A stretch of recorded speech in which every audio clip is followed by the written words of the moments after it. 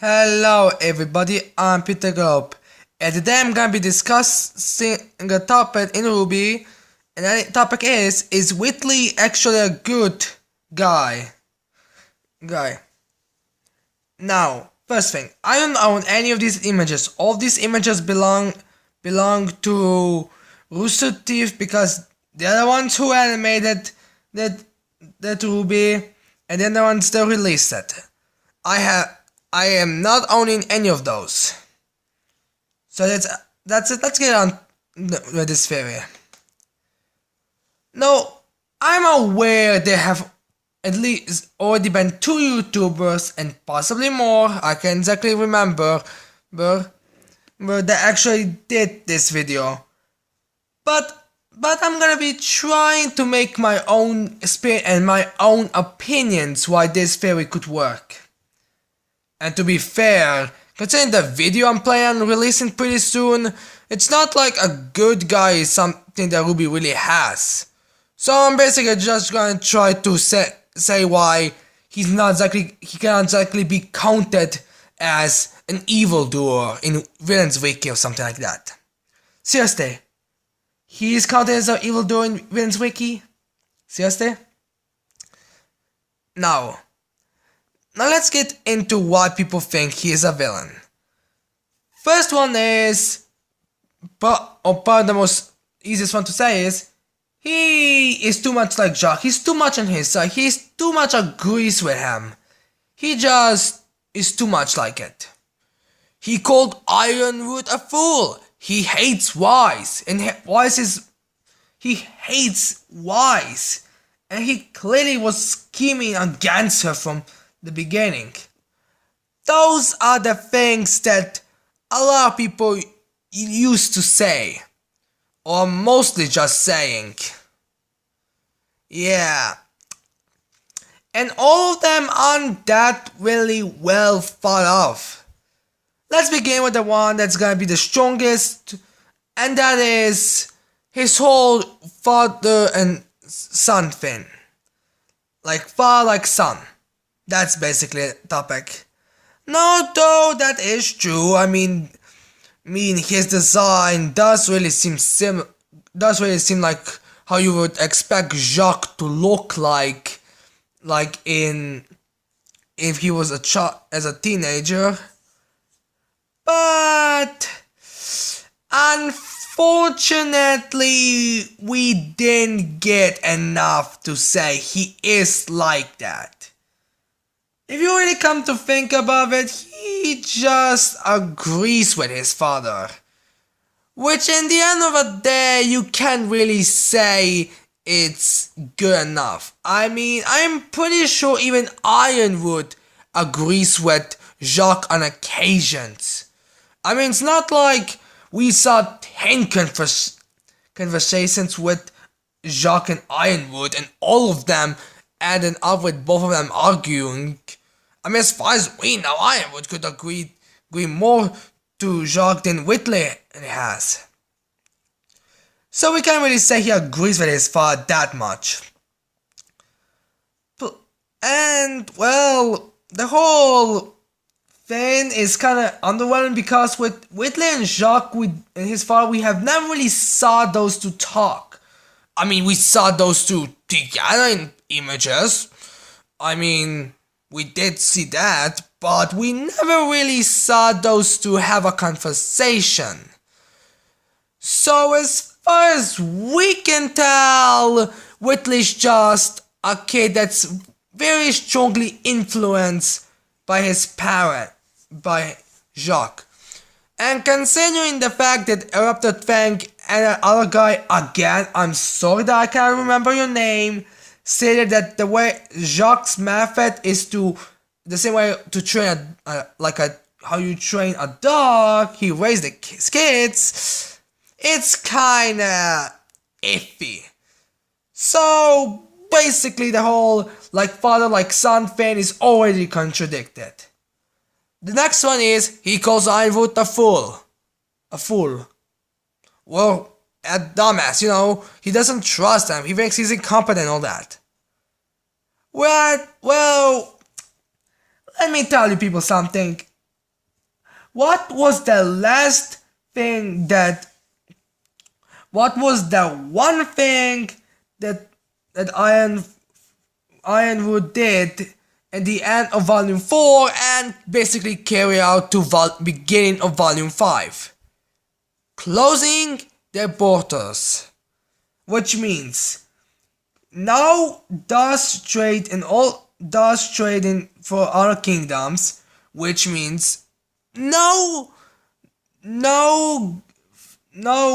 dust for the other kingdoms to use, and because it says so now would start a fight or something, which is kind of stupid considering the fact that's Mistral, and Mistral has been stated to be in fucking disarray by Lionheart, which again he might lie, but considering the fact that so many huntress and huntsmen have been killed, it's pretty understandable. But why it's pretty believable he didn't lie with that part. So yeah, his whole closing the borders thing is more of a foolish thing. Well, I agree he should be taking this seriously, but I don't think exactly making people in other kingdoms nervous even more they already are.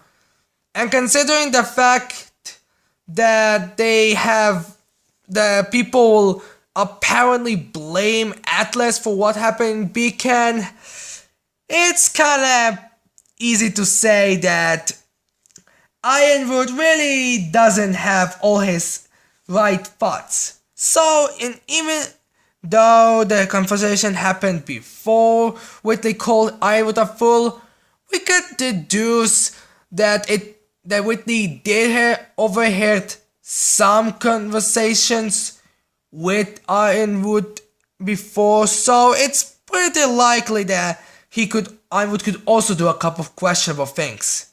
I mean, how many times can we really presume that Ironwood didn't ask the Shiny Dust Company to do something that was pretty easily could be taken the wrong way and sound like a moronic thing?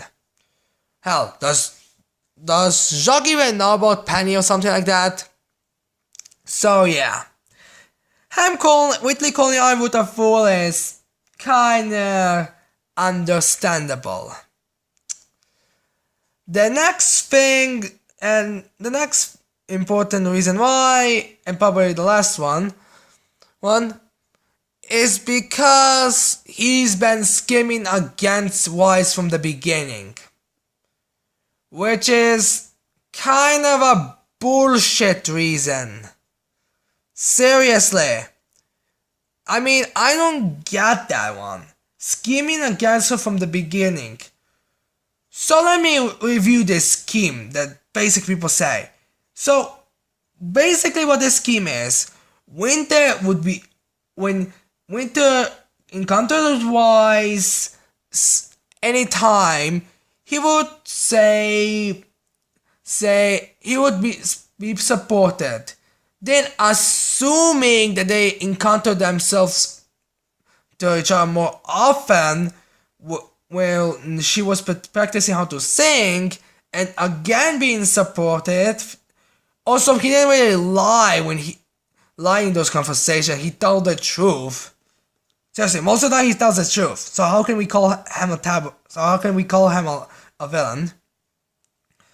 Then, and back to the topic.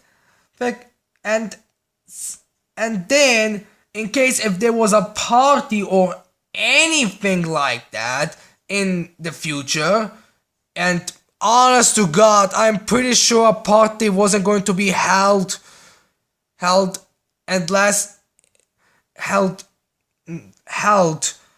even if Jacques told Whitley that, I am pretty sure wasn't exactly, we could use that for me to become the heir. Yeah, or something like that. Seriously, I don't think Whitley should, I don't think that was the case. I'm pretty sure he would tell Wise if he wanted to be more supportive. So it's kind of hard to say specifically if he knew about the party or not. But still, at the party, and then assume that if someone would talk bad about Beacon or something, and then Wise will get angry, accidentally summoned a monster,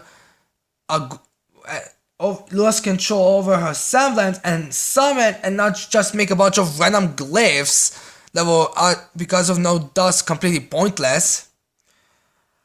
So, and then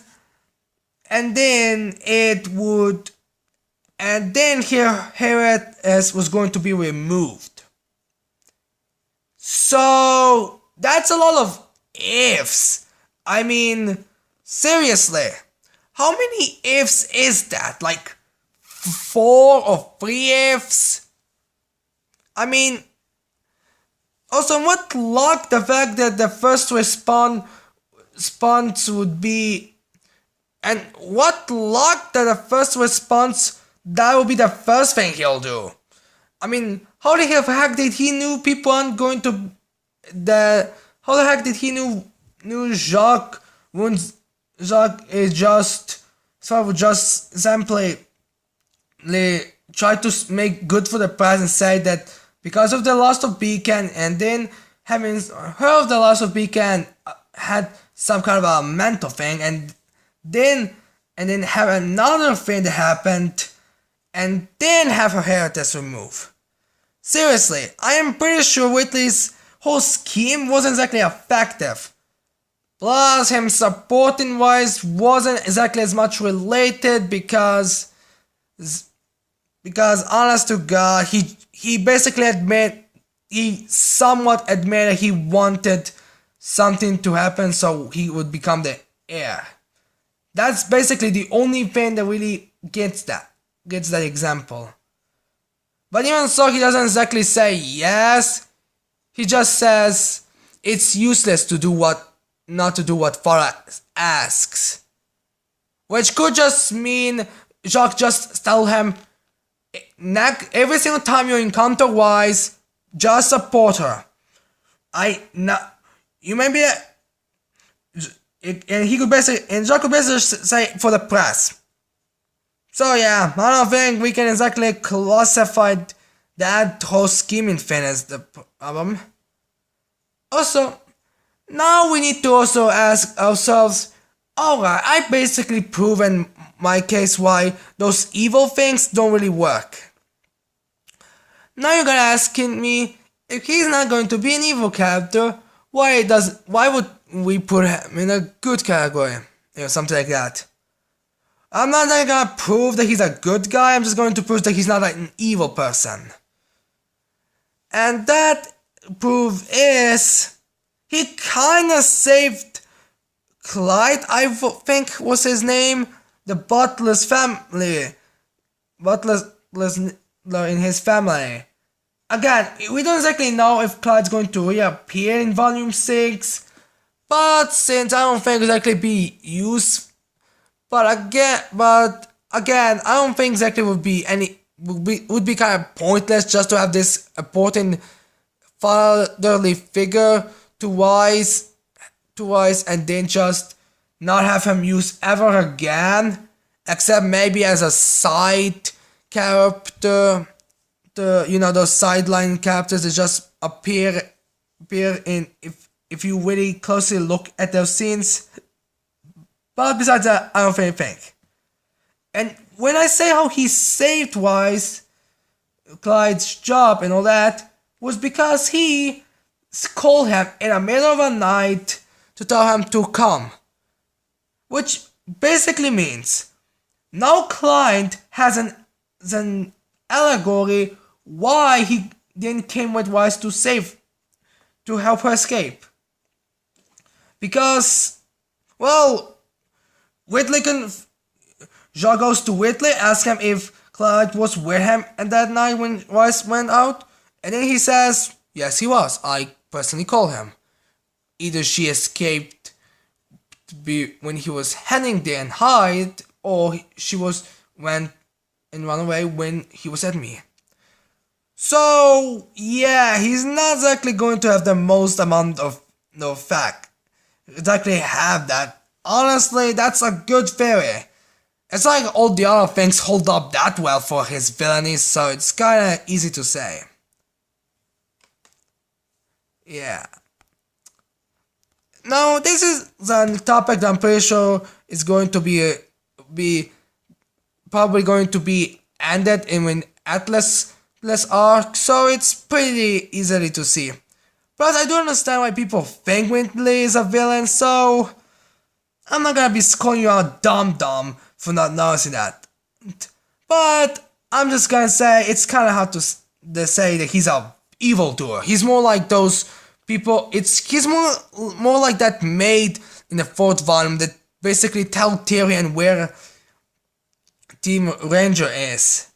And so yeah. Also, I don't exactly believe Ruby has good people, and I will be doing a video tomorrow about that. So it's basically kind of point, just a good points to bring out. Also, I should probably mention the fact that the whole physique and the way he talks and moves is actually more cool than that uncomfortable. Seriously, uncomfortable is how causing a Fennec move, not how he does. No, anyway, I hope you like this video. I hope you're gonna leave a like and subscribe to my channel for more videos in future. And that's it. I cannot wait to see all you people next time. And also, don't forget to vote for Wilhelmina. Bye.